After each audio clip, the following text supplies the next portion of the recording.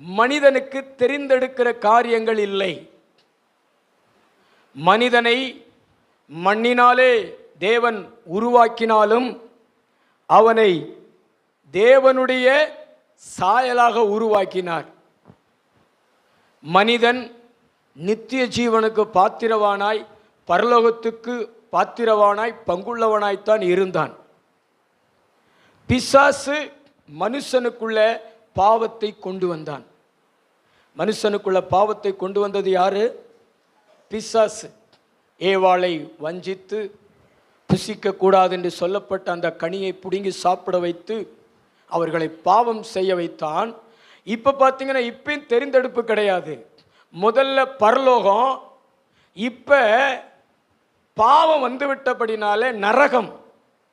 பாவத்தின் சம்பளம் மரணம், நரகம். ஆனால் 2025 ஆண்டுகளுக்கு முன்பாக நம்ம ஆண்டவர் இயேசு கிறிஸ்து இந்த பூமியில் மனுஷனா பிறந்து மனுஷர்களுடைய பாவத்துக்காக இரத்தம் சிந்தி மரித்து அடக்கம் செய்யப்பட்டு 3ஆம் நாள் உயிரோடு எழுந்து இன்றைக்கும் ஜீவிக்கிறார். இன்றைக்கு தெரிந்தெடுப்பு, பரலோகம், நரகம். முதல்ல நரகம் மட்டும்தான் இருந்தது. பிறக்கிற அத்தனை மனிதனும் நரகத்துக்குள்ளதான் போகணும், அப்படிப்பட்ட ஒரு சூழ்நிலை இருந்தது. ஆனால் இயேசு கிறிஸ்து இந்த பூமிக்கு வந்த பின்பு, ரட்சிப்பை ஆயத்தப்படுத்தின பின்பு இன்றைக்கு 2 வைக்கப்பட்டிருக்கிறது, பரலோகமா நரகமா. ஆனால் நிறைய மக்கள் பார்த்தீங்கன்னா இன்னைக்கு நரகத்தை தான் தெரிந்தெடுத்து வேதனைக்குள்ளே, நரகத்துக்குள்ளே, அழிவுக்குள்ளே போகிறார்கள். ஆனால் ஒரு கூட்டம் விவேகமாய் ஞானமாய் நரகத்துக்குள்ள போயிடக்கூடாது ஐயா, பரலோகத்துக்கு போயிடணும்னு சொல்லி பரலோகத்தை தெரிந்தெடுத்து பரலோகத்துக்கு பாத்திரவான்களாய் மாறி வாழ்ந்து கொண்டிருக்கிறார்கள். அநேகர் பரலோக ராஜ்யத்துக்குள்ளே பிரவேசித்திருக்கிறார்கள். ஹல்லேலூயா, ஹல்லேலூயா. வாசிங்களேன், லூக்கா சுவிசேஷம் 16:25. லூக்கா சுவிசேஷம் 16:25.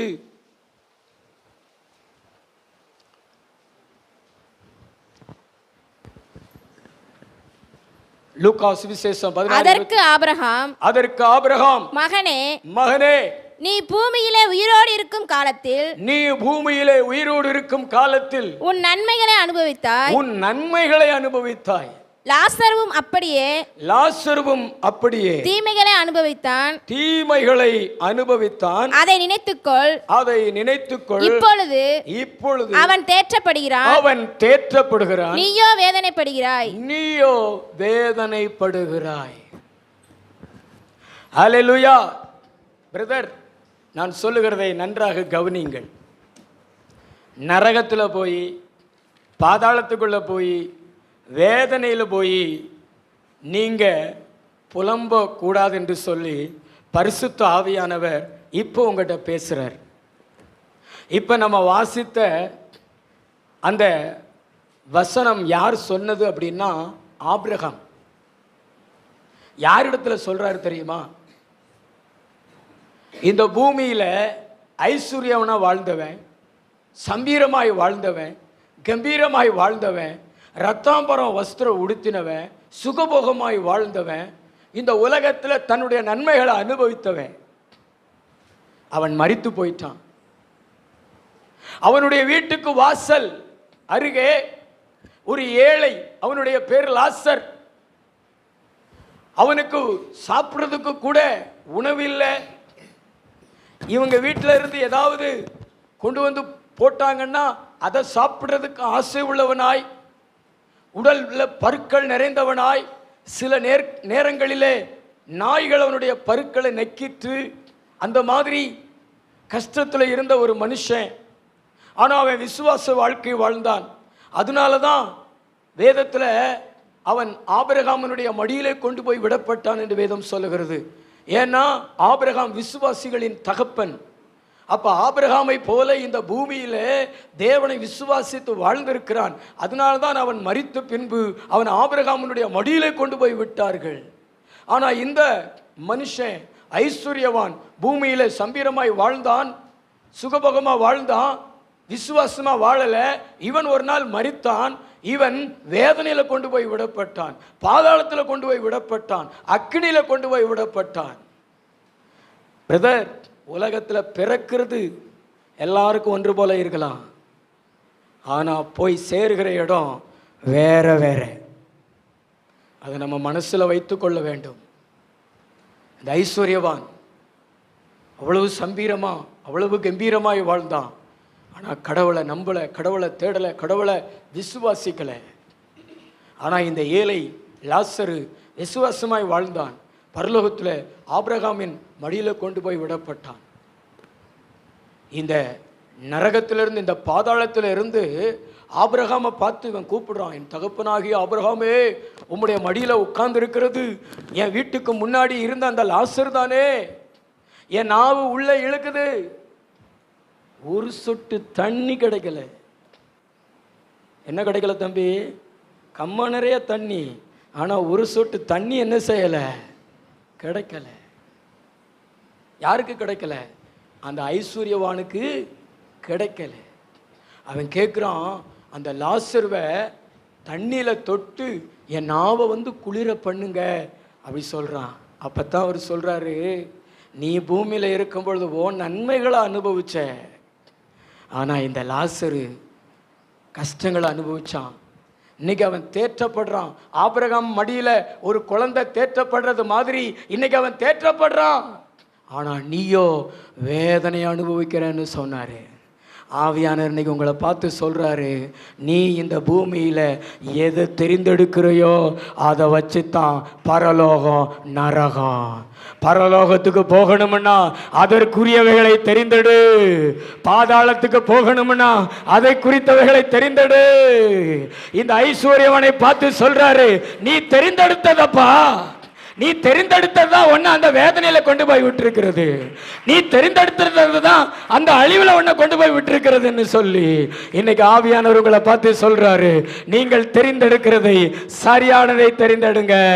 பக்கத்துகளை பார்த்து சொல்லுங்களேன், நீங்கள் தெரிந்தெடுக்கிறது சரியானதை தெரிந்தெடுங்க. தம்பி, நீங்க எதை தெரிந்தெடுக்க போறீங்க? பரலோகத்தையா நரகத்தையா? பக்கத்துல பார்த்துக்கொள்ளுங்களேன், பரலோகத்தையா நரகத்தையா? பின்னாடி உள்ளவங்க சொல்லுங்களேன், பரலோகமா? சும்மா பரலோகத்தை நான் தெரிந்தெடுக்க போறேன் அப்படின்னு சொன்னாலும் நீங்க பரலோகத்துக்குள்ள பிரவேசித்திட முடியாது. அதற்குரிய காரியங்களை நீங்கள் தெரிந்தெடுக்க வேண்டும். அதுதான் நான் உங்களுக்கு சொல்ல போகிறேன். ஒரு 4 காரியத்தை உங்களுக்கு வேகமாக சொல்றேன். கர்த்தர் நல்லவர். விவேகமாக தெரிந்தெடுக்கணும். இந்த பூமியில் செலக்ட் பண்ற காரியங்கள். ஹல்லேலூயா. முதலாவது உங்களுடைய இலக்கு. முதலாவது உங்களுடைய இலக்கு. உங்களுடைய இலக்கு பரலோகத்தில் உள்ளவைகளை குறித்ததாக இருந்தால் நீங்கள் கண்டிப்பா பரலோகத்துக்கு போய்விடுவீர்கள். வாசித்து பாருங்கள், பிலிப்பியர் நிருபம் 3:14. பிலிப்பியர் நிருபம் 3:14. கிறிஸ்து இயேசுவுக்குள் தேவன் அழைத்த பரம அழைப்பின் பந்தய பொருளுக்காக லக்கை நோக்கி தொடருகிறேன். அப்போஸ்தலனாகிய பவுலுடைய லக்கு எது அப்படின்னா, பரம அழைப்பின் பந்தய பொருளுக்காக, பரலோகத்தில் தேவன் வைத்திருக்கிற பரிசு பொருளுக்காக. பந்தயம் ஒன்று இருந்துச்சு அப்படின்னா பரிசு ஒன்று இருக்கும். ஸ்கூல்ல ஓட்டப்பந்தயம் வைக்கிறாங்க. அந்த ஓட்டப்பந்தயத்தை நடத்துறாங்கன்னாலே எதை ஆயத்தப்படுத்தி வச்சிருப்பாங்க சொல்லுங்க? பரிசு ஆயத்தப்படுத்தி வச்சிருப்பாங்க, அல்லது கேடகம் ஆயத்தப்படுத்தி வச்சிருப்பாங்க. ஆண்டவர் இந்த விசுவாச வாழ்க்கையில நம்மளை ஓட சொல்றாரு. அப்படின்னா நமக்கு பரலோகத்தில் பந்தய பொருள் ஆயத்தப்படுத்தி வச்சிருப்பாரா, ஆயத்தப்படுத்தி வச்சிருக்க மாட்டாரா? ஆயத்தப்படுத்தி வச்சிருக்கிறாரு. அதனால தான் அப்போஸ்தலனாகிய பவுல் சொல்லுகிறாரு, பரம அழைப்பின் பந்தய பொருளுக்காக லக்கை நோக்கி நான் ஓடுகிறேன். என்னுடைய லக்கு பரலோகத்தில் உள்ள அந்த பரிசு பொருள், அந்த பந்தய பொருள் என்று சொல்லி அப்போஸ்தலனாகிய பவுல் சொல்லுகிறார். இன்னும் ஒரு வசனத்தை வாசிங்களேன். கொலோசியர் நிருபம் 3வது அதிகாரம் 1வது வசனம் 2வது வசனம். நீங்கள் கிறிஸ்துவுடனே கூட எழுந்தது உண்டானால், கிறிஸ்துவுடனே கூட எழுந்தது உண்டானால், கிறிஸ்து தேவனுடைய வலது பாரசத்தில் வீற்றிருக்கும் இடத்தில் உள்ள, தேவனுடைய வலது பரிசத்தில் வீற்றிருக்கும் இடத்தில் உள்ள மேலானவைகளை தேடுங்கள், மேலானவைகளை தேடுங்கள். இயேசு கிறிஸ்து பிதாவின் வலது பக்கத்தில் உட்கார்ந்து இருக்கிறார். பிரதர், இயேசு கிறிஸ்து இப்ப எங்க உட்கார்ந்து இருக்கிறார்? தம்பி சொல்லுங்க, எங்க உட்கார்ந்து இருக்கிறாரு? பிதாவின் வலது பக்கத்துல. பக்கத்துல பார்த்து சொல்லுங்களேன், பிதாவின் வலது பக்கத்துல.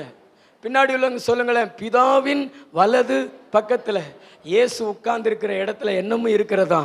மேலானவைகள். சொல்லுங்களேன், என்னதான்? இன்னும் சத்தமா சொல்லுங்களேன். மேலானது, பூமியில் உள்ளதல்ல, மேலானது. என்ன வச்சிருக்கிறாருன்னு தெரியல, ஆனா மேலானது. அந்த மேலானவைகளை தேடுங்கள். நம்முடைய சிந்தனையில அந்த பரலோகத்தில் இருக்கக்கூடிய அந்த மேலானவை, பரலோகத்தில் இருக்கக்கூடிய அந்த பந்தய பொருளை மனசுல வச்சு நம்ம ஓடணும். அப்பனாத்தான் பரலோகத்துக்கு போக முடியும். அல்லேலூயா. இன்னொரு வசனத்தை கூட வாசிங்க, உங்களுக்கு புரியும். 2 தீமோத்தேயு 4:7.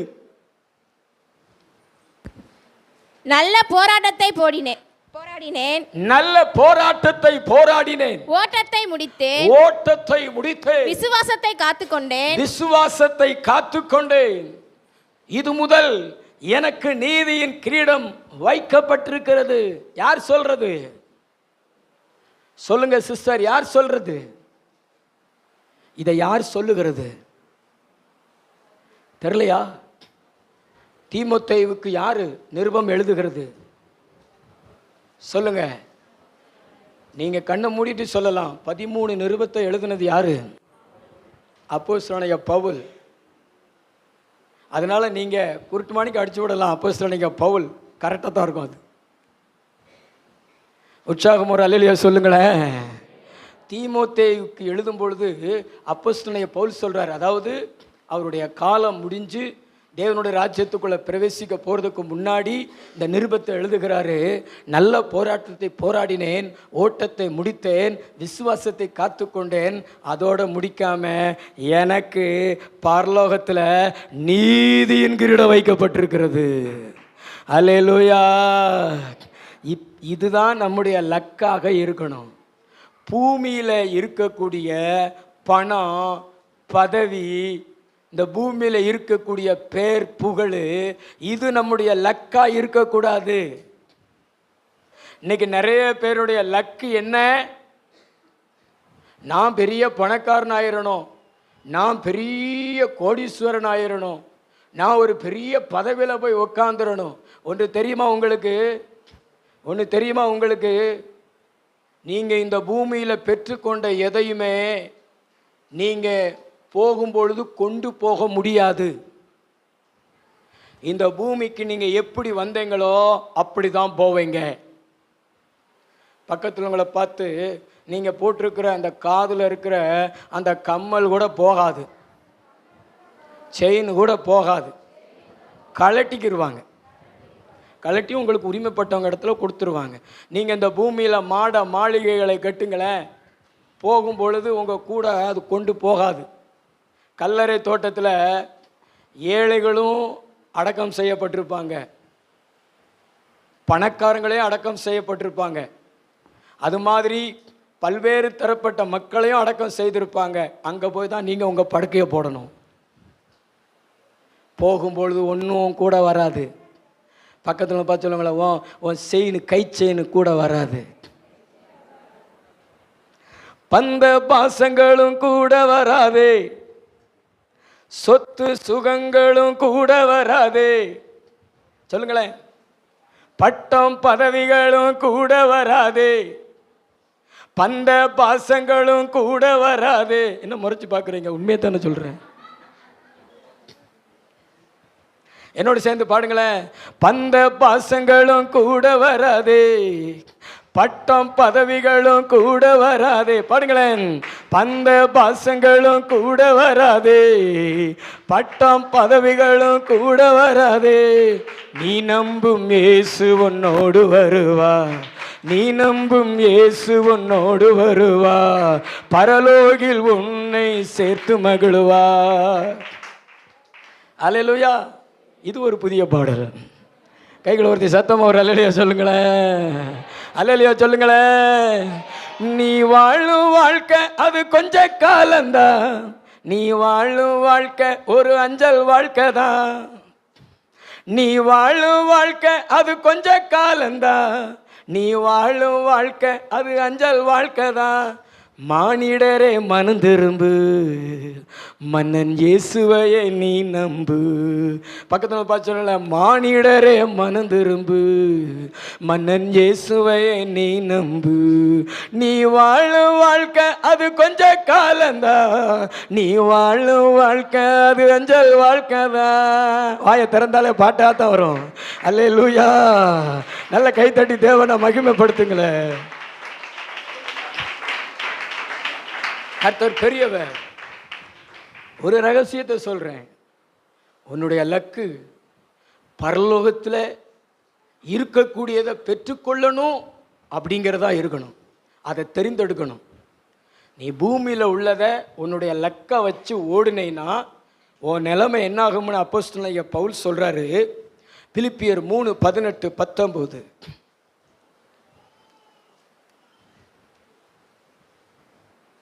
பிலிப்பியர். ஏனெனில் நல்லா கவனிங்க, அநேகர் வேறு விதமாய் நடக்கிறார்கள், அவர்கள் கிறிஸ்துவின் சிலுவைக்கு பகைஞர்.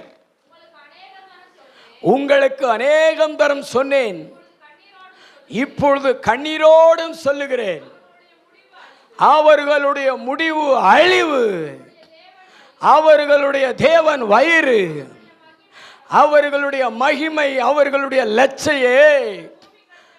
அவர்கள் பூமிக்குரியவர்களை சிந்திக்கிறார்கள். பக்கத்துங்களை பார்த்து சொல்லுங்களேன், பூமியில் உள்ளதான் மைண்டில் ஓடிக்கிட்டே இருக்கும். நல்லா நல்லா ஒரு வசிச்சு சொல்லுங்களேன். இனி யாரை பார்த்தாலும் பூமியில் உள்ளதே தான் ஓடிக்கிட்டு கிடக்கும். ஆமாம், பூமியில் உள்ளது. உங்கள் மைண்டில் எல்லாம் எது ஓடுது? பூமியில் உள்ளதா பரலோகத்தில் உள்ளதா? சொல்லுங்க சிஸ்டர். பூமியில் உள்ளதா பரலோகத்தில் உள்ளதா? பேச மறுக்கிறீர்கள். சொல்லுங்க. பூமியில் உள்ளதை சிந்திச்சிங்கன்னா, பூமியில் உள்ளதை உங்களுடைய லக்காக தெரிந்து கொண்டீங்கன்னா, உங்கள் ஆண்டவர் பேர் இயேசு ஆண்டவர் கிடையாது. உங்கள் ஆண்டவர் பேர் என்ன பேர் தெரியுமா? வயிறு ஆண்டவர். வயிறு ஆண்டவர் அல்ல, வயிறு ஆண்டவர், ஸ்டொமக் ஆண்டவர். நீங்கள் பாட்டு பாடலாம், உங்கள் வயிறாண்டவர் ஆராதிச்சு, ஆராதிப்பேன் தொப்பையே, ஆராதிப்பேன் தொந்தியே. எவ்வளோ பெரிய வடை இல்லை, உள்ள போட்டால் தொப்பை தான் வைக்கும், அணுகுண்டு மாதிரி. அதில் வெங்காய வடை, பச்சி வடை. வயிற்றுக்காக, வயிறு நிறையணும்னு நல்லா சம்பாதிக்கணும், நல்லா சாப்பிடணும். நானும் என் பிள்ளைகளும் போய் சாப்பிடணும். ஹோட்டலில் போய் அப்பன்ஸில் போய் ஒரு முங்கு நீச்சு அடித்து ஒரு இப்படி ஒரு செல்ஃபியை கொடுக்கணும் ஸ்டேட்டஸில். உன் ஆண்டவர் பேர் இயேசு ஆண்டவர் கிடையாது. உன் ஆண்டவர் பேர் என்ன பேர்? அப்போ சாப்பிடக்கூடாதா? சாப்பிடு. ஆனால் உன்னுடைய லக்கு பூமியில் உள்ளதாக இருக்கக்கூடாது, பரலோகத்தில் உள்ளதாக இருக்கணும். நான் சொல்கிறதுக்கு கைத்தட்டு வரமாட்டேங்குது பாருங்களேன். நல்ல கைத்தட்டுங்க பிரதர். பரலோகத்தில் உள்ளதை நீங்கள் பெற்றுக்கொள்ளணும்னு சொல்லி நீங்கள் வாழுங்களேன். பூமியில் நிறைய ஆசீர்வாதங்களை தேவன் தருவார். அதைத்தான் ஆண்டவர் இயேசு சொல்கிறாரு, முதலாவது தேவனுடைய ராஜ்யத்தையும் அவருடைய நீதியையும் தேடுங்கள், அப்பொழுது இவையெல்லாம் உங்களுக்கு கூட கொடுக்கப்படும். நீங்கள் சாப்பாட்டுக்கு கவலைப்பட வேண்டியதில்லை, நீங்கள் ட்ரெஸ்ஸு உடுத்துறதுக்கு கவலைப்பட வேண்டியது கிடையாது. கர்த்தர் உங்களுக்கு எல்லா தேவைகளையும் பூமியில் தருவார். நம்மளை கஷ்டப்பட விட மாட்டார், நம்மளை வறுமையில் வாட விட மாட்டார். ஆனால் நம்முடைய லக்கு பூமிக்குரியவர்களாக இருக்கக்கூடாது. காசு பணம் வேலை, எனி டைமும் இரவு பகலாக அதே சிந்தித்துட்டு கிடக்கக்கூடாது. சர்ச்சுக்கு கூட ஞாயிற்றுக்கிழமை வர்றது கிடையாது, வேலைக்கு ஓடுறது. கூட்டங்களுக்கு ஏன் வரலன்னு கேட்டால் வேலை பணம். இதை வச்சிங்கன்னு வச்சுங்களேன், கண்டிப்பாக சொல்கிறேன், பரலோகத்துக்கு போக முடியாது. பக்கத்துங்களை பார்த்து சொல்லுங்களேன், உலகத்தில் இருக்கிற வரைக்கும் இருப்பீங்க, காலம் முடிஞ்சவொடனே எங்கே போவீங்க? நடுவில் ஒரு இடம் கிடையாது. அதாவது பரலோகத்துக்கும் பாதாளத்துக்கும் இடையில ஒரு இடம் கிடையாது, ரெண்டாம் கட்ட இடம் கிடையாது. ரெண்டே இடம் தான். ஒரு இடம் என்ன இடம்? ஒரு இடம் என்ன இடம்? பரலோகம். சத்தமாக சொல்ல பரலோகம். இன்னொரு இடம் எது? நரகம். நீங்கள் போக விரும்புவது பரலோகமா நரகமா? ஜெகதீசன், பரலோகமா நரகமா? சொல்லுங்களேன் பக்கத்தில் பார்த்து, பரலோகமா நரகமா? நான் சொல்கிறது உங்களுக்கு விளையாட்டாக இருக்கும், ஆனால் இதில் ஒரு உணர்வை தேவன் உங்களுக்குள்ள கொடுக்கணும். இதை நீங்கள் சிந்திக்கணும். இன்றைக்கி நிறைய மக்கள், சர்ச்சுக்கு வர்ற மக்களை இந்த பூமிக்குரியவைகளையே சிந்திச்சு அழிவுக்குள்ளே போகிறாங்க. அதை சொல்லாமல் சொல்கிறாரு நரகம்னு. நரகத்துக்கு பல்வேறு வார்த்தைகள் கொடுக்கப்பட்டிருக்கிறது. நரகம், அழிவு, கோபாக்கினை, நியாய தீர்ப்பு, அப்படி பல்வேறு வார்த்தைகள் கொடுக்கப்பட்டிருக்கிறது. இந்த இடத்துல சொல்றாரு, அவர்களுடைய முடிவு அழிவு, நம்முடைய குடியிருப்போ பரலோகத்தில் இருக்கிறது. இந்த பூமியில பரலோகத்தில் உள்ளவைய லக்காக வைத்து ஓடுற மனுஷன்தான் இப்படி சொல்ல முடியும், நம்முடைய குடியிருப்பு பரலோகத்தில் இருக்கிறது, நம்முடைய குடியிருப்பு பரலோகத்தில் இருக்கிறது என்று. ஆனால் இந்த பூமிக்குரியவைகளை மனசில் வச்சு லக்காக வச்சு வாழ்ந்து கொண்டிருக்கிற மனுஷன் இப்படி பேச முடியாது. அவனுக்காக அப்போஸ்தலனாகிய பவுல் சொல்லுகிறார், நான் கண்ணீரோடு சொல்லுகிறேன்னு சொல்றார். அவன் சிலுவைக்கு பகைஞன். அவன் ஒரு கிறிஸ்துவனாக இருந்தாலும், அவன் பைபிளை கையில் வைத்திருந்தாலும், கிறிஸ்துவ பேருடையவனாக இருந்தாலும், அவனுடைய சிந்தனை அளவிலே அவன் பரலோகத்தில் உள்ளவைகளை லக்காக வைத்து ஓடல, பரம அழைப்பின் பந்தய பொருளுக்காக ஓடல.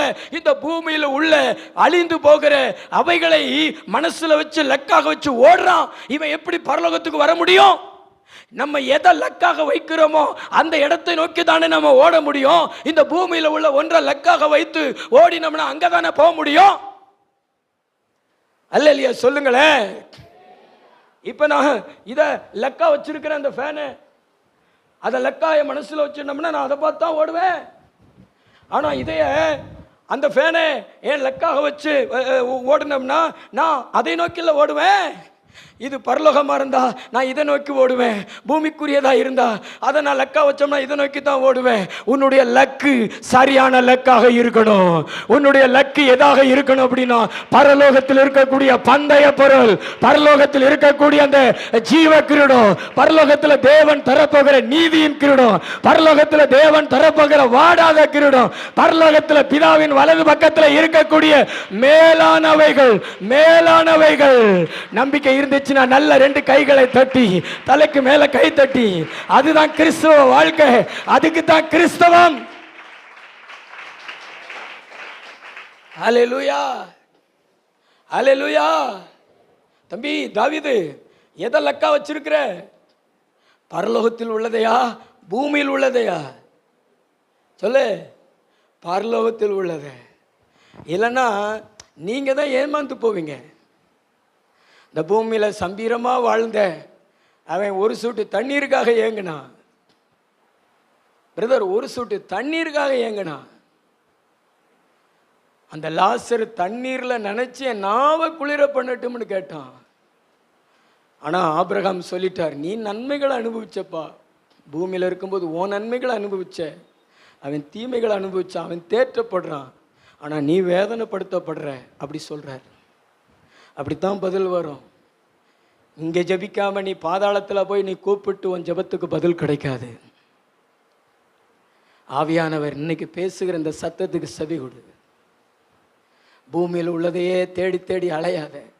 காசு, பணம், பதவி, பேர், புகழ் அப்படி அலையாத. இயேசுநாதர் பின்னாடி கொண்டு வருவார், அதெல்லாம் நமக்கு இல்லைன்னு சொல்லலை. ஆனால் உன்னுடைய லக்கு பரலோகத்தில் இருக்கக்கூடிய அந்த பந்தய பொருள், பரலோகத்தில் இருக்கிற அந்த பந்தய பொருள். கடைசியில் உள்ளவங்களுக்கு புரிதா? பரலோகத்தில் இருக்கக்கூடிய அந்த மேலானவை, பரலோகத்தில் தேவன் வச்சிருக்கிற அந்த கிரீடம். ஹல்லேலூயா. கர்த்தர் நல்லவர். இரண்டாவது ஒரு காரியத்தை வாசிப்போம். உங்களுடைய வாழ்வு, முதல்ல நான் சொன்னது உங்களுடைய லக்கு, இரண்டாவது உங்களுடைய வாழ்வு. லூக்கா 16:19. ஐஸ்வர்யமுள்ள ஒரு மனுஷன் இருந்தான். நல்லா கவனிங்க. ஐஸ்வர்யமுள்ள ஒரு மனுஷன் இருந்தான். அவன் ரதாம்பரமும் விலையேற பெற்ற வஸ்திரமும் தரித்து அனுதினமும் சம்பிரமாய் வாழ்ந்து கொண்டிருந்தான். லாசரு என்னும் பெயர் கொண்ட ஒரு தரித்திரனும் இருந்தான். அவன் பருக்களால் நிறைந்தவனாய் அந்த ஐஸ்வர்யவானுடைய வாசல் அருகே கிடந்து அவனுடைய மேஜையிலிருந்து விழுந்த துணிக்கைகளாலே தன் பசியை ஆற்ற ஆசையாய் இருந்தான். நாய்கள் வந்து அவன் பருக்களை நக்கிற்று. பின்பு அந்த தரித்திரன் மரித்து தேவதூதரால் ஆபிரகாமுடைய மடியிலே கொண்டு போய் விடப்பட்டான். ஐஸ்வர்யவானும் மரித்து அடக்கம் செய்யப்பட்டான். பாதாளத்திலே அவன் வேதனைப்படுகிற போது போதும் நல்ல கைகளை வைத்து அல்லேலூயா சொல்லுங்களேன். ரெண்டு பேருடைய வாழ்க்கை தான் ரெண்டு பேரை ரெண்டு இடத்துக்கு கொண்டு போனது. ஐஸ்வர்யவான் எப்படி வாழ்ந்தான்? ஒரு காரியத்தை நான் உங்களுக்கு சொல்றேன். இதுல லாசருவினுடைய பேர் குறிப்பிடப்பட்டிருக்கிறது, ஆனால் இன்னொருத்தருடைய பேர் குறிப்பிடப்படலை. அவன் பேரை எப்படி சொல்லுது? சொல்லுங்க பிரதர், சொல்லுங்க. அவன் பேர் எப்படி குறிப்பிடப்பட்டிருக்கிறது?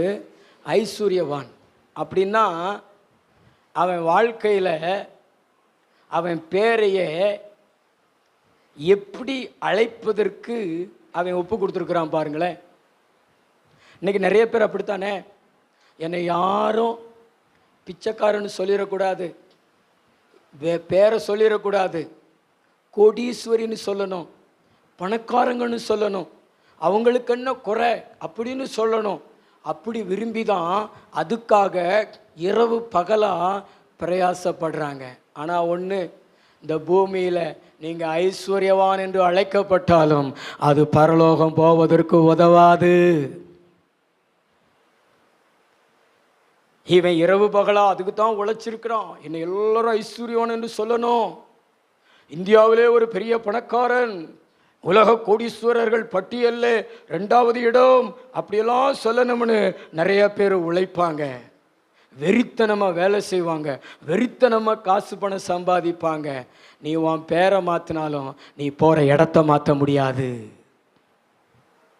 பக்கத்துல பார்த்து சொல்லுங்களேன், உன் பேராக இருக்கட்டும், லாசராக இருக்கட்டும், ஐஸ்வர்யவான் ஆகணும் அப்படின்னு அலையாத.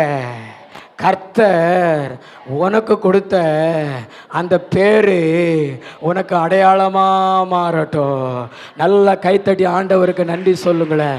இரவு பகலா அதுக்காக அலையாத. உன் நேரத்தை அதுல போய் போடாத, உன் நேரத்தை அதுக்காக செலவழிக்காத. இரவு பகலா அதுக்குத்தான் பேரை மாற்றணும் அப்படிங்கிறதுக்காக. ஆனா கர்த்தர் சொல்றாரு, நீ இந்த உலகத்தில் எந்த பேரோடு இருந்தாலும் உன்னுடைய இடம் மாறாது என்று சொல்லுகிறார்.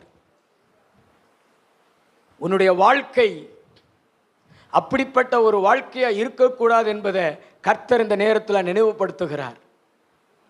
இந்த ஐஸ்வர்யவனுடைய வாழ்க்கை எப்படி இருந்தது? சம்பீரமான வாழ்வு. அவனுடைய சம்பீரமான வாழ்வு அப்படின்னா, அவன் நல்ல இரத்தாம்பர வஸ்திரம் உடுத்தினான். நல்லா தன்னை உலக காரியங்கள்னால அவன் மூழ்க வைத்தான், உலகத்தை அனுபவித்தான், உலகத்தில் உள்ளவைகளை அனுபவித்தான், ஜாலியாக இருந்தான். வெளியேறப்பட்ட வஸ்திரம், தினந்தோறும் நல்ல சாப்பாடு, தன்னை எப்படியெல்லாம் அவன் போஷிக்கணுமோ அப்படி வாழ்ந்தான். அதாவது இதை எப்படி சொல்லலாம்னா சுகபோகமான வாழ்க்கை அப்படி சொல்லலாம். ஆனால் இந்த லாசரு ஏழையாக வாழ்ந்தான், கஷ்டத்தில் வாழ்ந்தான், ஆனால் விசுவாசத்தில் வாழ்ந்தான். விசுவாசத்தில் வாழ்ந்தான். ஏன் அப்படின்னா இவன் மரித்த பின்பு தேவதூதர்கள் வந்தார்கள்.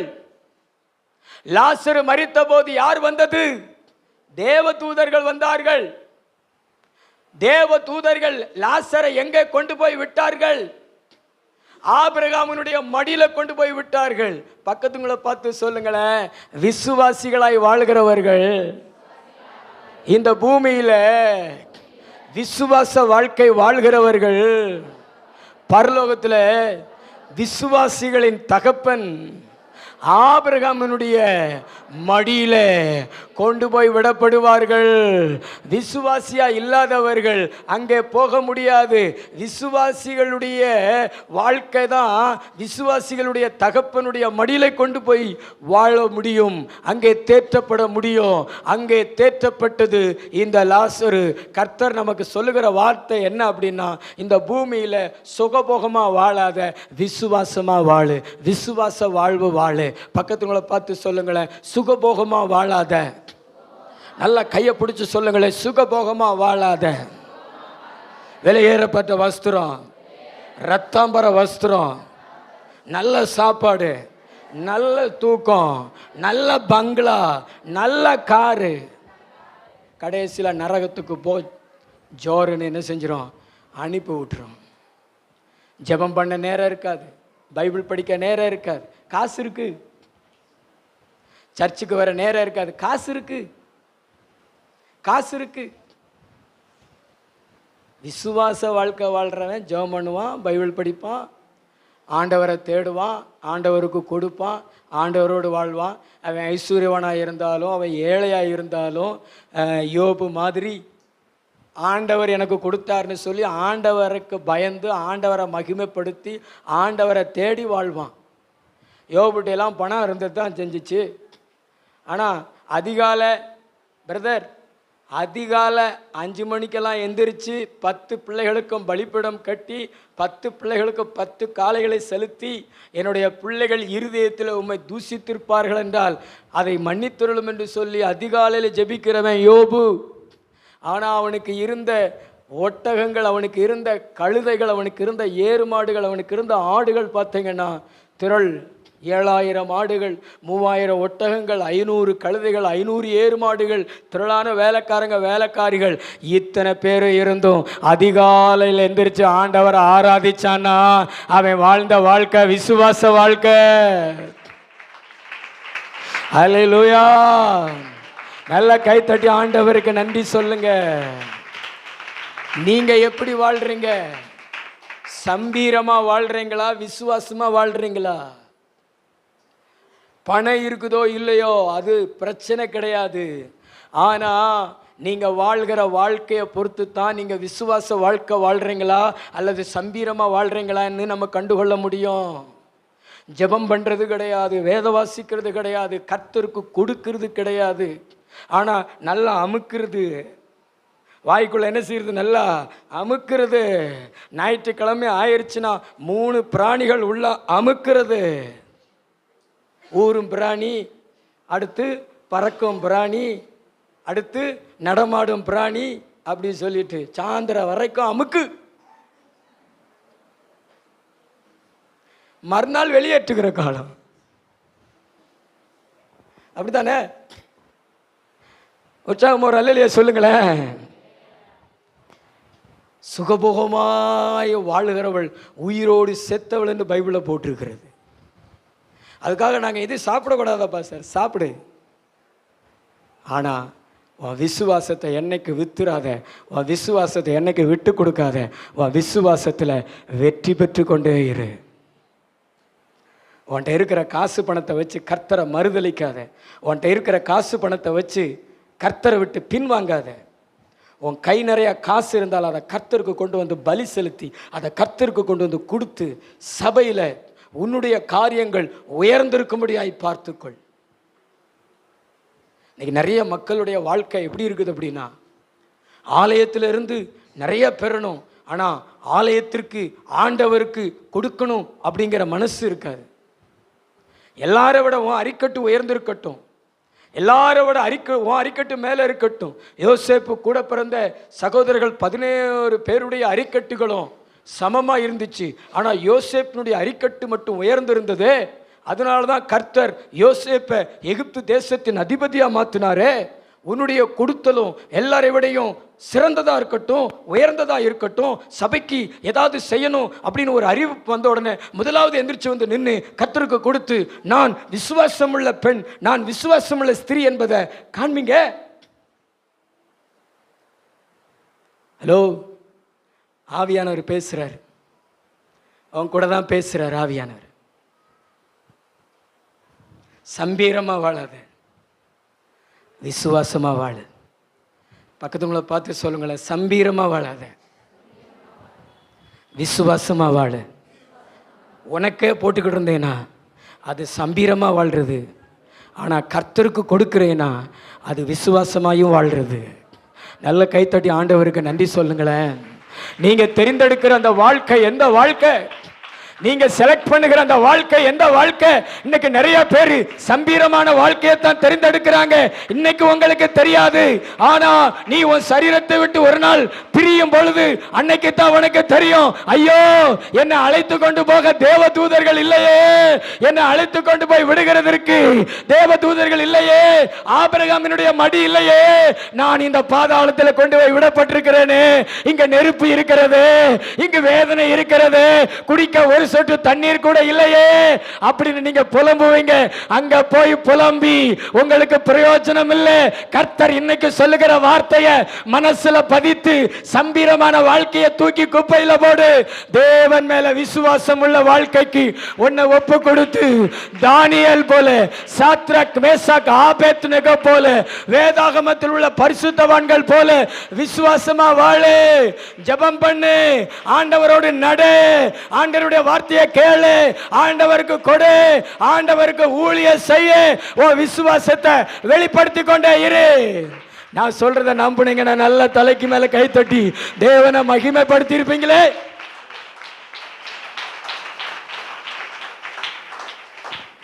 உலகத்து மனுஷன் போலவே வாழாதீங்க. யார் மாதிரி வாழாதீங்க?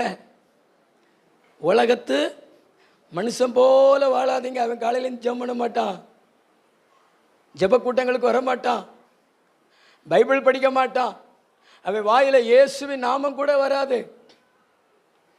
இயேசுவின் நாமத்தை உயர்த்த மாட்டான், துதிக்க மாட்டான். நீங்கள் அப்படி வாழாதீங்க. மரியாள் மாதிரி முக்காடு போட்டிருக்கீங்கல்ல, மரியாள் மாதிரி ஜெபம் பண்ணுங்க. அப்படிதானே? மரியாள் மாதிரி பைபிள் எடுத்து படிங்க. மரியாள் மாதிரி தேவதூதன் வந்த உடனே தாழ்மையாயிருங்க, எதிர்த்து பேசாதீங்க. நீங்களா இருந்தீங்கன்னா அந்த இடத்துல மரியாள்கிட்ட சொன்ன வார்த்தையை உங்கள்கிட்ட சொல்லியிருந்தா என்ன சொல்லியிருப்பீங்க? ஓ, எனக்கு இன்னும் கல்யாணமே முடியலை, போறியா எப்படி? கல்யாணம் முடியாமலே குழந்தை பெற்றெடுக்க சொல்றீரு அப்படி சொல்லியிருப்பீங்க. ஆனால் மரியாள் என்ன சொன்னாங்க தெரியுமா? இது எப்படி ஆகும்? தேவதூதன் சொன்னார், தேவனால் கூடாத காரியம் ஒன்றுமில்லை. இதோ நான் ஆண்டவருக்கு அடிமைன்னு சொல்லிட்டு, எவ்வளவு அவப்பேர் வந்தாலும் பரவாயில்லன்னு சொல்லிட்டு ஆண்டவருக்காக தன் சரீரத்தையும் தன் ஜீவியத்தையும் தன்னுடைய ஒவ்வொன்றையும் கொடுத்து தேவனை மகிமைப்படுத்தினவர்கள் மரியாள். ஆமென். அதனால தான் ஸ்திரீகளுக்குள் ஆசீர்வதிக்கப்பட்டவள் அப்படின்னு அவங்களுக்கு பேர் வந்தது. இன்னைக்கு நாமும் அப்படி விசுவாசமாக இருப்போமே. கர்த்தர் ஏதாவது சொன்னார்னா எதிர்த்து பேசாம அப்படியே அர்ப்பணிப்போமே. இதை விட்டுருங்களே, இதை தொடருங்களே. ஊழியக்காரன் ஜெபம் பண்ணுங்கன்னா ஜெபம் பண்ணுங்களே, பைபிள் படிங்கன்னு சொன்னால் பைபிள் படிங்களே, பைபிள் ஸ்டடிக்கு வாங்கன்னா வாங்கலை, கீழ்ப்படிங்கன்னா கீழ்ப்படிங்களே, தசமபாவம் கொடுங்கன்னா கொடுங்களே, ஆண்டவருக்கு அடிமைன்னு ஒப்பு கொடுங்களே, ஆசீர்வாதமாக இருப்பீங்க. புரிஞ்சதா? பிரதர் தூங்கி கொண்டிருக்கிறீங்களா? உற்சாகம் ஒரு அல்லேலூயா சொல்லுங்களேன் சகோதரர்கள். சாத்தானும் உங்கள் இடத்துல உட்காந்துருக்கான் போல. உற்சாகம் ஒரு அல்லேலூயா சொல்லுங்களேன். நல்ல ஒரு இடிமலைக்கு அல்லேலூயா சொல்லுங்களேன். அல்லேலூயா. நான் சொல்கிற வார்த்தையை இன்றைக்கு நீங்கள் புறக்கணிக்காதீங்க. நான் சொல்கிற வார்த்தை உங்களை பாதுகாக்கிற வார்த்தையை நான் சொல்கிறேன். உங்களை நரகத்துக்குள்ளே இழுத்து கொண்டு போய்விடாதபடிக்கு தேவனுடைய வார்த்தைகளை சொல்கிறேன். ஆமென். உற்சாகம் அல்லேலூயா சொல்லுங்களேன். அல்லேலூயா. கர்த்தருக்கு மகிமை உண்டாகட்டும். மூன்றாவது ஒரு காரியத்தை வாசிங்க. மத்தேயு 16:18. மேலும் நான் உனக்கு சொல்லுகிறேன், நீ பேதுருவா இருக்கிறாய், இந்த கல்லின் மேல் என் சபையை கட்டுவேன். நீ பேதுருவா இருக்கிறாய், இந்த கல்லின் மேல் என் சபையை கட்டுவேன். பாதாளத்தின் வாசல்கள் அதை மேற்கொள்வதில்லை. பாதாளத்தின் வாசல்கள் அதை மேற்கொள்வது இல்லை. ஆண்டவர் இயேசு கிறிஸ்து அப்போஸ்தலனாகிய பேதுருவை பார்த்து சொல்றாரு, என் சபையை கட்டுவேன், என் சபையை கட்டுவதற்கு உன்னை பயன்படுத்துவேன் அப்படின்னு பேதுருவை பார்த்து சொல்லிட்டு தன்னுடைய சபையினுடைய மகிமையை, தன்னுடைய சபையினுடைய பிரஸ்தாபத்தை, தன்னுடைய சபையினுடைய மேன்மையை பேதுருவிடத்தில் சொல்றாரு. பாதாளத்தின் வாசல்கள் அதை மேற்கொள்வதில்லை. பக்கத்துல பார்த்து சொல்லுங்களேன், இந்த உலகத்தில் பாதாளம் மேற்கொள்ளாத, பாதாளத்துக்கு போக விடாமல் ஜனங்களை தடுக்கிற ஒரு இடம் சபை. கிறிஸ்துவின் சரீரமாகிய சபை. இந்த சபையை நீங்கள் தெரிந்தெடுத்தீங்கன்னா, இந்த சபையின் ஐக்கியத்தை நீங்கள் தெரிந்தெடுத்தீங்கன்னா, விரும்புனீங்கன்னா, நீங்கள் நரகத்துக்கு போக மாட்டீங்க. ஏன்னா நரகம் சபையை மேற்கொள்ள முடியாது. நீங்கள் பரலோகத்துக்கு வருவீங்க. நீங்கள் பரலோகத்துக்கு வருவீங்க. நல்ல கைத்தட்டி கர்த்தருக்கு நன்றி சொல்லுங்க. நீங்கள் பரலோகத்துக்கு வருவீங்க. ஏன்னா சபை உன்னை பரலோகத்துக்கு கூட்டிட்டு போயிடும். சபைக்குள்ள இருக்கிறவன் பரலோகத்துக்கு வருவான். ஏன்னா இயேசு கிறிஸ்துனுடைய வருகையில் சபை தான் எடுத்துக்கொள்ளப்படும். சபைக்குள்ள இருக்கிற மனுஷன் எடுத்துக்கொள்ளப்படுவான். அதனால தான் கர்த்தர் உன்னை பார்த்து சொல்றாரு, சபை கூடி வருதல விட்டுறாத. இன்னொரு வசனங்களோட வாசிங்களேன். எபிரேயர் 10:25 வாசிங்களேன். சபை கூடி வருதலை, சபை கூடி வருதலை சிலர் விட்டு விடுகிறது போல, சிலர் விட்டு விடுகிறது போல நாமும் விட்டு விடாமல், நாமும் விட்டு விடாமல் ஒருவருக்கொருவர் புத்தி சொல்ல கடவோம், ஒருவருக்கொருவர் புத்தி சொல்ல கடவோம். நாளானது சமீபித்து வருகிறது. 27வது வசனத்தை வாசிங்களேன். நியாய தீர்ப்பு வரும் என்று, நியாய தீர்ப்பு வரும் என்று பயத்தோட எதிர்பார்க்குதலும், பயத்தோடு எதிர்பார்க்குதலும், விரோதிகளை பட்சிக்கும் கோபாக்கினையுமே இருக்கும். விரோதிகளை பட்சிக்கும் கோபாக்கினையுமே இருக்கும். நான் சொல்றத நல்லா கவனிங்க. தம்பி உட்காரியா, சாத்தா இப்பதான் கூட்டிட்டு போவான். உற்சாகம் ஒரு அல்லேலூயா சொல்லுங்களேன். நல்லா 2 கைகளை ஒரு அல்லேலூயா சொல்லுங்களேன். ஒரு விபிஎஸ் அல்லேலூயா சொல்லுவோமா? ஆமா, நல்ல கை ஒருத்தர் ஒரு அல்லேலூயா சொல்லுங்களேன். நான் சொல்றதுக்கு முன்னாடியே ஒரு அல்லேலூயா சொல்லுங்களேன். ஹல்லேலூயா, ஹல்லேலூயா, ஹல்லேலூயா, ஹல்லேலூயா, ஹல்லேலூயா, ஹல்லேலூயா, ஹல்லேலூயா, ஹல்லேலூயா, ஹல்லேலூயா, ஹல்லேலூயா. ஜெயமெடுத்தவர்களுக்கு ஜீவ கிரீடம் பரிசு உண்டு. ஹல்லேலூயா, ஹல்லேலூயா. Very good. பாஸ்டரை ஜெயித்ததற்காக நன்றி. கர்த்தருக்கு மகிமை உண்டாகட்டும். இன்னைக்கு சபை கூடி வருதுல நிறைய மக்கள் ரொம்ப சாதாரணமாக எடுத்துக்கொள்கிறார்கள். இந்த ஞாயிற்றுக்கிழமை இன்னைக்கு சர்ச்சுக்கு வரோம் பார்த்தீங்களா, வாய்ப்பு இருந்தால் வருவாங்க, வாய்ப்பு இல்லைன்னா வர மாட்டாங்க. ஆனால் இந்த வசனத்தை நான் படித்து பார்த்த உடனே எனக்குள்ள ஒரு நடுக்கம் வந்தது. மேலே சபை கூடி வருதல சிலர் விட்டு விடுகிறது போல விட்டு விடாமல் அப்படி சொல்லிட்டு அந்த 27வது வசனத்தில் சொல்லப்பட்டிருக்கிறது, நியாய தீர்ப்பும் பின்பு கோபாக்கினையுமே இருக்கும். நம்ம ஊரில் யாருக்கு தண்டனை கொடுப்பாங்க? நம்ம ஊரில் யாருக்கு தண்டனை கொடுப்பாங்க? நம்ம தேசத்தில் சொல்லுங்க.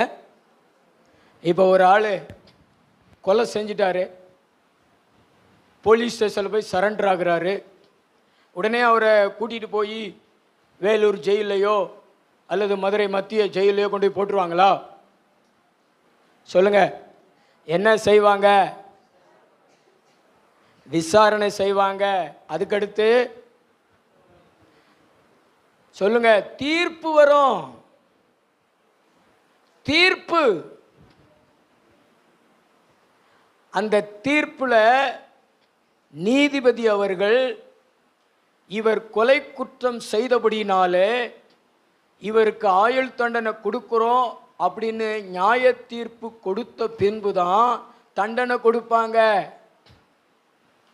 அதே மாதிரி தான் சபை கூடி வருதில் சிலர் விட்டு விடுகிறது போல நாமும் விட்டு விடாமல் விட்டு விட்டோம்னா முதல்ல உனக்கு நியாய தீர்ப்பு. என்னைக்கு நியாய தீர்ப்பு? உலகத்தை தேவன் நியாயம் தீர்க்கும் பொழுது உனக்கும் நியாய தீர்ப்பு உண்டு. உனக்கும் நியாய தீர்ப்பு உண்டு. இந்த நியாய தீர்ப்புல ரெண்டும் கிடைக்கும். உன் குற்றம் நிரூபிக்கப்படலை, நீ கொலை செய்யப்படலை அப்படி சொல்லி விடுதலையும் கிடைக்கும். உன் குற்றம் நிரூபிக்கப்பட்டது, சாட்சிகளின் ஆதாரத்தினாலே நீ கொலை செய்யப்பட்டாய், நீ கொலை செய்தாய் அப்படின்னு சொல்லி தண்டனையும் கொடுப்பார்கள். அதே மாதிரி இயேசு கிறிஸ்து இந்த பூமியில மனுஷனா பிறந்த எல்லாரையும் நியாயம் தீர்ப்பாரு. அதே போல ஆண்டவர் நியாய தீர்ப்பு கொடுக்கும் பொழுது ஆண்டவருடைய சபை கூடி வருதல நீங்க விட்டு விடாம அதை உண்மை உத்தமமா கடைப்பிடிச்சு அதை கனம் பண்ணி அதுக்காக சில காரியங்களை ஒதுக்கி நீங்க அதுக்கு முக்கியத்துவம் கொடுத்து ஆண்டவரை கனப்படுத்திருந்தீங்கன்னா உங்களுக்கு பரலோகம். ஆனா தடுக்குனதுக்கெல்லாம் புல் தடுக்கிருச்சு. இன்னைக்கு ஏன் சர்ச்சுக்கு வரல?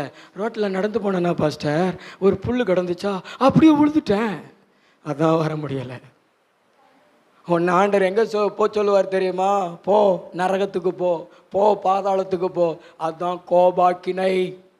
பக்கத்தில் உள்ளவங்களை பார்த்து சொல்லுங்களேன், நியாய தீர்ப்பும் கோபாக்கினையும் சபை கூடி வருதலை காலால் உதைக்கிற மக்களுக்கு தான். நீ தெரிந்தெடுக்கிறத பூமியில் சரியானதை தெரிந்தெடு. இந்த பூமியில் சரியானதை தெரிந்தெடு.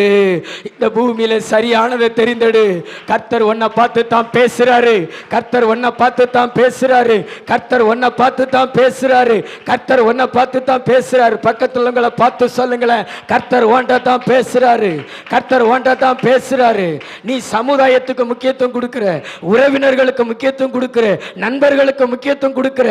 நீ தெரிந்து கொள்ளுகிறது சபையா இல்லையே, நீ தெரிந்து கொள்ளுகிறது சபையினுடைய மக்களா இல்லையே, நீ தெரிந்து கொள்ளுகிறது உறவினர்கள், நண்பர்கள். அவர்களுக்காக சபையை நீ தள்ளுற, சபையை நீ புறக்கணிக்கிற. உன்னை பார்த்து தான் கர்த்தர் சொல்றாரு, உனக்கு தான் நியாய தீர்ப்பு, உனக்கு தான் கோபாக்கினை. பரிசுத்த ஆவியானவர் சொல்லுகிறத கேட்டு இன்னைக்கு உங்களுடைய தெரிந்து கொள்ளுதலை மாற்றிக் கொள்ளுங்க. சமுதாயம் அல்ல, நான் தெரிந்து கொள்ளுகிறது சபை கூடி வருதல், சபையின் ஐக்கியம். ஞாயிற்றுக்கிழமை ஆனா எங்க சபையில தான் இருப்பேன். கை தட்டு வர மாட்டேங்குது பாருங்களேன். நல்லா தான் கையை தட்டு. தம்பி நான் சொல்றதுக்கு செவி கொடு. பரிசுத்த ஆவியானவர் பேசுறாரு. நல்ல கை தட்டி கொஞ்சம் ஆவியில நிறைஞ்சு. ஆமென். நல்லா 26 வருஷமா சபை கூடி வருதுல விட்டு விடவே இல்லை. 26 வருஷமா நான் ஒரு வாரம் கூட ஞாயிற்றுக்கிழமைய ஆப்சன்ட் பண்ணது கிடையாது. மருத்துவமனையில் போய் படுத்து கிடந்தது கிடையாது. எனக்கும் பலவீனங்கள் வந்திருக்கு, எனக்கும் கஷ்டங்கள் வந்திருக்கிறது. குறிப்பாக உறவினர்கள் மூலமாக சோதனையெல்லாம் வந்திருக்குது. இயேசுநாதருக்காக நீங்கள் வைராக்கியமாக இருந்து உங்கள் தலையில் இருக்கிற ஒரு முடியை கூட இழந்து போக மாட்டீங்க. நான் சவாலை சொல்கிறேன், ஏசப்பாவுக்காக நீங்கள் வைராக்கியமாக இருந்தீங்கன்னா, நீங்கள் எதுக்காக வைராக்கியமாக இருந்தீங்களோ அதை பிடிச்சி உங்களுக்கே சாதகமாக தருவார். எனக்கு தெரியுமுங்க இயேசுநாதர் ரொம்ப நல்லவர்னு. ஆனால் பிசாசு உங்களை பயமுறுத்திடுவான். நீ செத்த யாரும் வரமாட்ட, கல்யாணத்துக்கு யாரும் வரமாட்ட, நீ போ எங்கள் இதுக்கு வரலன்னா நாங்கள் உங்கள் வீட்டுக்கு வரமாட்டோம், அப்படியெல்லாம் பயமுறுத்துவான். நீங்கள் தைரியமாக இருக்கணும். கர்த்தர் ஒரு கேங்கையை கொண்டு வருவார், ஒரு பேங்கையை கொண்டு வருவார். ஏன்னா என் நாமத்துக்காக நீங்கள் காண்பிக்கிற அன்புள்ள பிரயாசத்தை மறந்து விடுகிறதற்கு நான் அநீதி உள்ளவர் அல்லன்னு சொல்லியிருக்கிறாரு. நீங்கள் சபை கூடி வருதில் தெரிந்தெடுங்க. அதாவது உங்களால் வர முடியாத சூழ்நிலையை தேவன் அறிவார். ஆனால் அற்பமான கைவிடுகிற மறந்து போகிற மனிதர்களுக்காக இந்த சபையை காலால் உதைச்சிட்டு நீங்கள் போகாதீங்க. கோபாக்கினை இருக்குது, முதல்ல நியாய தீர்ப்பு இருக்குது, கோபாக்கினை இருக்குது. முடிஞ்ச அளவு இந்த சபை கூடி வருதில் வந்து நேரத்தோடு வந்து கலந்து கொண்டு இதில் உத்தமமாக இருங்க. நான் சொன்ன மாதிரி சாட்சி சொல்லுங்கள். நீங்களாவது ஆப்சண்ட் ஆகாமல் இந்த வருஷம் வந்தோம்னு சொல்லுவீங்க. ஆனால் நான் சொல்லுவேன், இந்த ஊழியம் ஆரம்பித்ததுலேருந்து இன்னைக்கு வரைக்கும் ஒரு வாரம் கூட நான் ஆப்சண்ட் ஆகலை.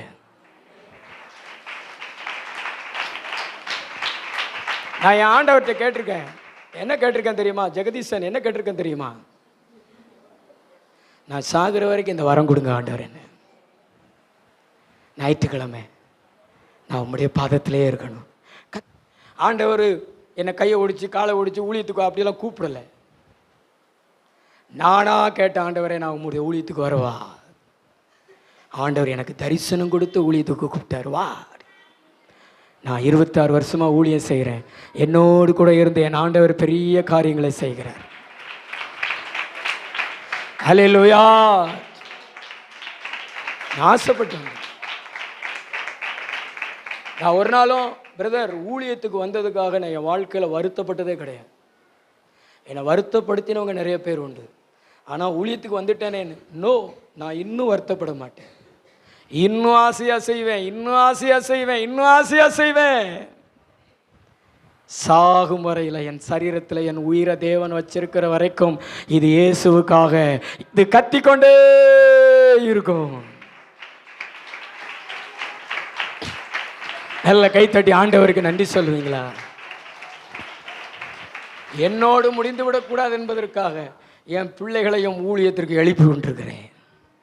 எனக்கு பின்னாடி இயேசு நல்லவர் என்று சொல்லி கத்தக்கூடிய என்னுடைய சந்ததிகளையும் எழுப்பி கொண்டிருக்கிறேன். அல்லேலூயா.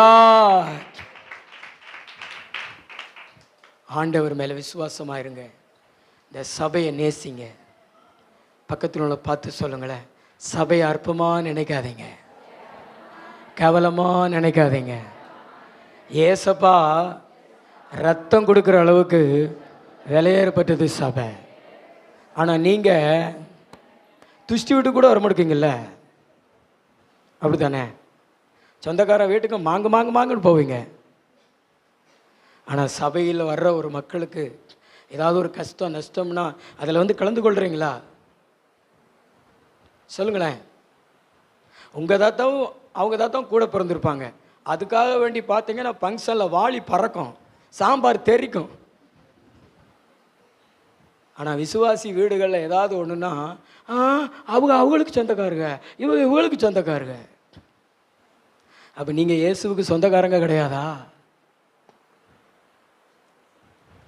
தன்னை நேசிப்பது போல் பிறரையும் நேசி என்று சொன்ன அந்த வார்த்தையை நேசித்து சபைக்கு வருகிற ஏழையாக இருந்தாலும் பணக்காரனாக இருந்தாலும் யாராக இருந்தாலும் சபை என்கிற கிறிஸ்துவினுடைய நாமத்தின் நிமித்தம் அங்கே போய் பங்கெடுத்தோம்னா கர்த்தர் நம்மளை நம்முடைய குடும்பத்தையும் வர்த்திக்க பண்ணுவாரே. ஹல்லேலூயா. நல்ல கைத்தட்டி ஆண்டவருக்கு நன்றி சொல்லுங்க.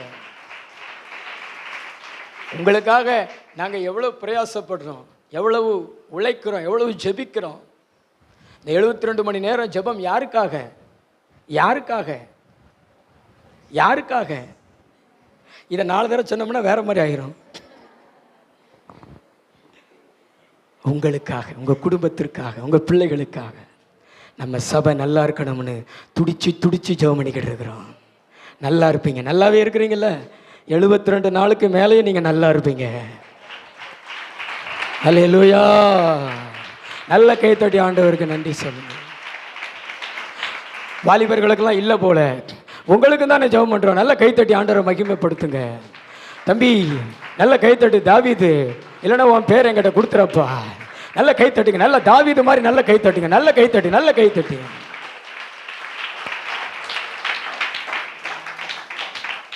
அதாவது ஐக்கியத்தை தெரிந்தெடுத்தல், அதுதான் இப்போ சொன்னேன். முதல்ல லக்கு, ரெண்டாவது வாழ்க்கை, மூன்றாவது பெலோஷிப். முதல்ல லக்கு, பரலோகத்தில் உள்ளவைகளை தெரிந்து கொள்ளணும். ரெண்டாவது விசுவாச வாழ்வை தெரிந்து கொள்ளணும். மூன்றாவது சபை, அதோடு ஐக்கியமாக இருக்கிறத தெரிந்து கொள்ளணும். சமுதாயம், சத்திரம் அது ரெண்டாவது, உறவு நண்பர்கள் இது ரெண்டாவது. ஆனால் ஃபர்ஸ்ட் ஜீசஸ் அப்படி சொல்கிறேங்க. எத்தனை பேர் சொல்லுங்களேன் சத்தமா? First Jesus. சத்தமா சொல்லுங்களேன், ஃபர்ஸ்ட் ஜீசஸ். இன்னொரு முறை சொல்லுங்களேன், ஃபர்ஸ்ட் ஜீசஸ். அடுத்த வாரம் ஏன் சிஸ்டர் வரல, கல்யாணத்துக்கு போனோம் பாஸ்டர் அப்படின்னு சொல்லிடாதீங்க. கடைசியாக ஒரு வசனத்தை மட்டும் வாசிருங்க. கர்த்தருக்கு ஸ்தோத்திரம். அப்போஸ்தலர் நடபடிகள் 2:27.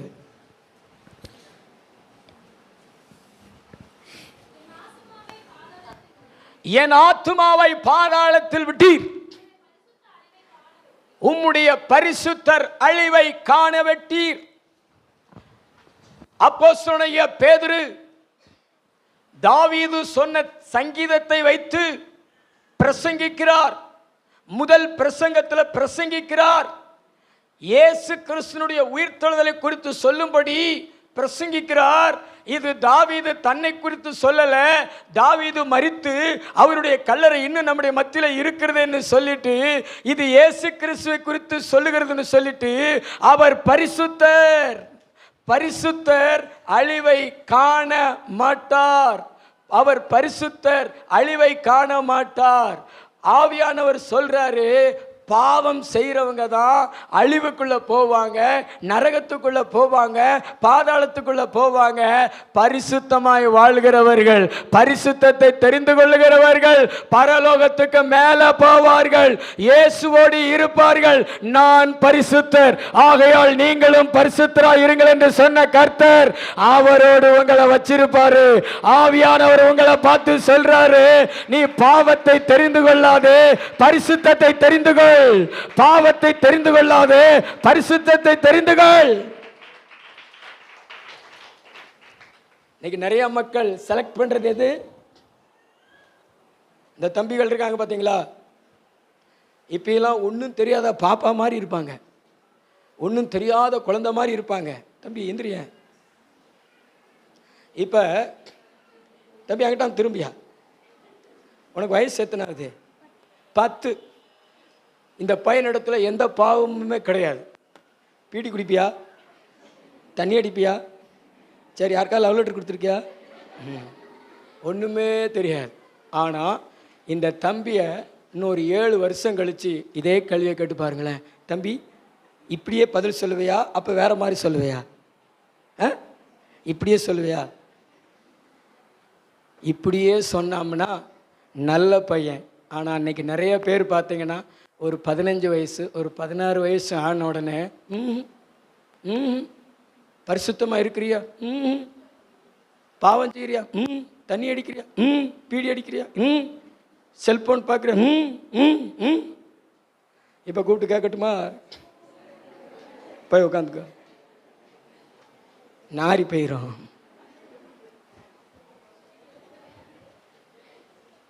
பிரதர், நீ பாவத்தில் இருந்தாலும் அதை விட்டு வெளியே வந்துரு. உன்னை குறித்து வேதம் எப்படி சொல்லணும்?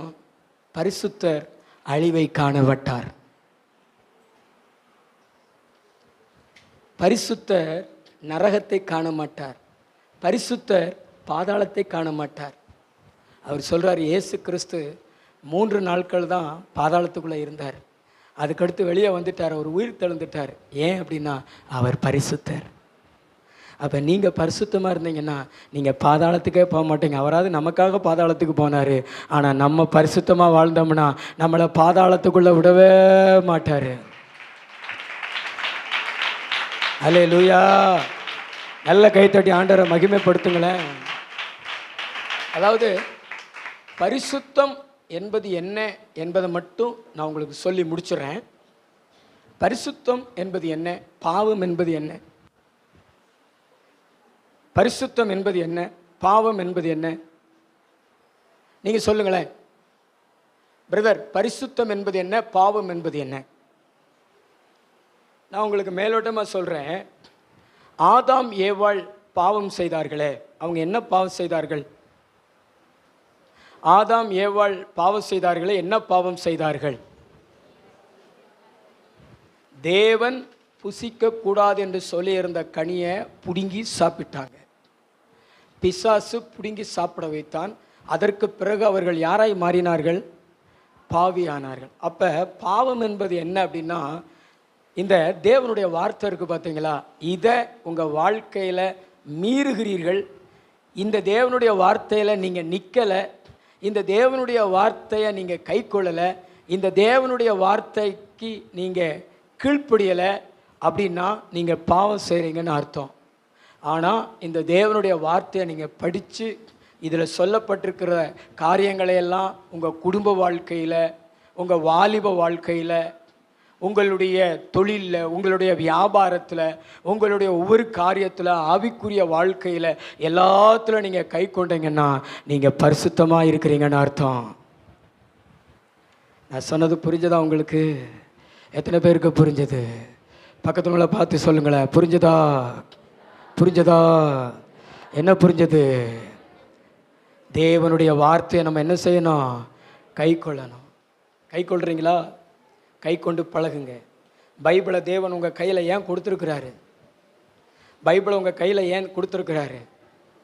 கண்காட்சிக்கா? எப்படி எப்படி பைபிள் வச்சுருக்காங்க அப்படின்னு காமிக்கிறதுக்கா? நீங்களாம் உங்கள் வீட்டில் பொருள் வாங்குவீங்கள்ல, மிக்சியோ கிரைண்டரோ பொருள் வாங்குவீங்க. என்னைக்காவது அந்த அட்டைப்பெட்டிக்குள்ளே இருக்கிற ஒரு புஸ்தகத்தை நீங்கள் பார்த்துருக்கீங்களா? பார்த்துருக்கீங்களா? ஒரு புஸ்தகம் இருக்கும். அந்த புஸ்தகத்தை நீங்கள் எடுத்து பார்த்தீங்கன்னா அதை எப்படி யூஸ் பண்ணணும்னு உங்களுக்கு தெரியும். அதில் போட்டிருக்கும். நாங்கள் ஆம்பிளிஃபையர் வாங்கினாலும் மிக்சர் வாங்கினாலும் எல்லாத்துக்குள்ளே இருக்கும், கைடு இருக்கும். அதை வச்சு தான் நம்ம அதை சரியாக யூஸ் பண்ண முடியும். அதில் இருக்கிற பலன்களை நம்ம பெற்றுக்கொள்ள முடியும். அதே போல் தான் நம்ம வாழ்க்கைக்கு தேவன் நம்ம கை கொடுத்துருக்கிற கைடு இது தான். பக்கத்தில் பார்த்து சொல்லுங்களேன், நம்ம வாழ்க்கைக்கு தேவன் நம்ம கையில் கொடுத்துருக்கிற கைடு இது தான். இந்த பக்கம் இருக்கிறவங்களை பார்த்து சொல்லுங்களேன், நம்ம வாழ்க்கைக்கு தேவன் கொடுத்துருக்கிற இந்த கைடு இது தான். பைபிளை எடுத்து காமிங்களேன் பிரதர்ஸ், பைபிளை எடுத்து காமிங்களேன். அடுத்தவங்க பைபிளை தூக்கிட்டு ஓடிடாதீங்க. நல்லா காமிங்களேன், நல்லா காமிங்களேன். நம்ம வாழ்க்கைக்கு தேவன் கொடுத்துருக்கிற கைடு இது தான். ஆனால் இன்றைக்கி நிறைய பேர் எதை கையில் வச்சுருக்காங்க பாருங்களேன். அதை கையில் எடுங்களேன், அதை கையில் எடுத்து உயர்த்தி காமிங்களேன். நானே உயர்த்தி காமிக்கிறேன். இன்றைக்கி நிறைய பேருக்கு கைடு இதம் விடிய விடிய எழுத்துட்டு கிடக்காங்க. இதெல்லாம் நம்முடைய கைடு. தேவன் நம்ம கையில் கொடுத்துருக்கிற கைடு, அவர் வாயிலிருந்து நமக்கு கொடுத்த அந்த தேவனுடைய வார்த்தை. ஹல்லேலூயா, ஹல்லேலூயா. அதனால அதை நீங்கள் யூஸ் பண்ணுறதை விட இதை அதிகமாக யூஸ் பண்ணுங்க. அதான் பரிசுத்தம். பக்கத்தில் பார்த்து சொல்லுங்களேன், அதை நீங்கள் யூஸ் பண்ணீங்கன்னா பாவம், இதை நீங்கள் யூஸ் பண்ணீங்கன்னா பரிசுத்தம். உங்கள் கண்களுக்கு, உங்கள் செவிகளுக்கு, உங்கள் இருதயத்திற்கு, உங்கள் கைக்கு, உங்கள் கால்களுக்கு, உங்கள் சிந்தனைகளுக்கு எல்லாவற்றிற்கும் இதில் கைடு உண்டு. எதை பார்க்கணும், எதை பார்க்கக்கூடாது. பைபிள் எனக்கு ஒரு பிடிச்சமான ஒரு வசனம், எந்த ஒரு ஸ்திரியையும் இச்சையோடு பார்க்கிறவன் இருதயத்தில் விபச்சாரம் செய்தாயிற்று. நம்ம பார்வைக்கு கூட ஒரு கைடு தான். இதன்படி நடந்தீங்கன்னா அதுதான் ஹோலி லைஃப். சொல்லுங்களேன், பின்னாடி உள்ளவங்க சொல்லுங்களேன். நீங்கள் வீட்டில் ஆக்கி வச்சுருக்கீங்களா அந்த கோழியை நான் சொல்லலை, ஹோலி லைஃப். பின்னாடி உள்ளவங்க சொல்லுங்களேன், ஹோலி லைஃப். அதுதான் நமக்கு ஜாலி லைஃபு. பரலோகத்துக்கு போகணும்னா பரிசுத்தத்தை தெரிந்தெடுங்க. தெரிந்தெடுப்பீங்களா? எத்தனை பேர் தெரிந்தெடுப்பீங்க? எத்தனை பேர் தெரிந்தெடுப்பீங்க? நல்ல உற்சாகமாக ஒரு அலையில சொல்லுங்களேன், ஹல்லேலூயா. சத்தமாக ஒரு அலையில சொல்லுங்களேன், ஹல்லேலூயா. ஏன்னா பரிசுத்தம் இல்லைன்னா பரலோகம் இல்லை. இயேசுநாதர் இந்த பூமிக்கு வந்தது, இயேசுநாதர் மரித்தது, ரத்த சிந்தினது, உயிர் தெழுந்தது, இந்த சபையை நடத்துறது, என்ன ஊழியக்காரனை ஆக்கினது, பரிசுத்த ஆவியானவர் நம்மளை நிரப்புறது, வேதத்தை போதிக்கிறது. ஒரே முக்கியமான பர்பஸ் என்னன்னா பரிசுத்தம், பரிசுத்தம், பரிசுத்தம், பரிசுத்தம். பரிசுத்தம் இல்லைன்னா பரலோகத்துக்கு உங்களுக்கு இருக்கும் பூட்டு. பரிசுத்தம் இருந்தால் பரலோகத்தில் உங்களுக்கு இருக்கும் திறப்பு. நீங்கள் வாட்டில் போயிடலாம், ஆண்டவரோடு சமாதானமாக ஜாலியாக இருக்கலாம், அவர் பக்கத்தில் இருக்கிற மேலானவைகளை பெற்றுக்கொள்ளலாம். அல்லேலூயா. அதனால தான் ஃபாதர் பெர்க்மான்ஸ் பாடி இருக்கிறார், பரலோகம் தான் என் பேச்சு, பரிசுத்தம் தான் என் மூச்சு. பாடுவோமா எல்லாரும் சேர்ந்து? தானானா தானானா தானானா தானானா தானானா தானானா தானானா தானானா தானானா தானானா தானானா தானானா. பக்கத்தில் பார்த்து பரலோகந்தான் என் பேச்சு, பரிசுத்தந்தான் என் பாடுங்க சத்தமா. பரிசுத்தந்தான் என் கொஞ்ச காலம் இந்த பூமியிலே, கொஞ்ச காலம் இந்த பூமியிலே இயேசுவுக்காய் சுவிசேஷத்திற்காய். இந்த பாடலை பாடும்பொழுதே கர்த்தர் சொல்கிறாரு, இனி வரும் காலங்களில் பரிசுத்தமாய் வாழ்வது ரொம்ப அபூர்வமாக இருக்கும், ரொம்ப கடினமாக இருக்கும். ஏன்னா இப்போயே நிறைய பேர் பரிசுத்தமாக வாழ முடியாமல் தவிக்கிறாங்க. அவ்வளவு பிசாசு இச்சைகளையும் இச்சைகளுக்கான காரியங்களையும் உலகத்தில் எழுப்பி விட்டுட்டான். ஆனாலும் நோவா போல, எலியா போல நாம் வாழ்கிற இந்த மனிதர்களுக்குள்ளே தேவனுக்கு பரிசுத்தமாக இருந்து பரலோகத்தை சென்றடைவோம். நான் சொன்னது எல்லாருக்கும் புரிந்ததா? எந்த சாக்கு போக்கும் சொல்லாமல் பரிசுத்தமாய் வாழுங்க. உங்கள் சரீரத்தை பரிசுத்தமாய் காத்துக்கொள்ளுங்க. கண்களை மூடி நம்ம ஜெபிக்கலாமா? எத்தனை பேர் உங்களை பரிசுத்தத்திற்கு ஒப்பு கொடுப்பீங்க? ஆண்டவர் சொல்றாரு, நான் பரிசுத்தர், ஆகையால் நீங்களும் பரிசுத்தராயிருங்கள். நான் பரிசுத்தர், ஆகையால் நீங்களும் பரிசுத்தராயிருங்கள். என் பிள்ளைகளே, நான் பரிசுத்தராயிருக்கிறேன், ஆகையால் நீங்களும் பரிசுத்தராயிருங்கள். உங்க கைகளை உயர்த்தி அப்படியே அந்நிய பாஷை பேசி, வாலிப பிள்ளைகளெல்லாம் பரிசுத்தத்திற்கு உங்களை ஒப்பு கொடுங்களேன். உங்க பக்கத்தில் ஆவியானவர் வருவார் பாருங்களேன். வாலிப தம்பிகள் எத்தனை பேர் பரிசுத்தத்துக்கு உங்களை ஒப்பு கொடுப்பீங்க?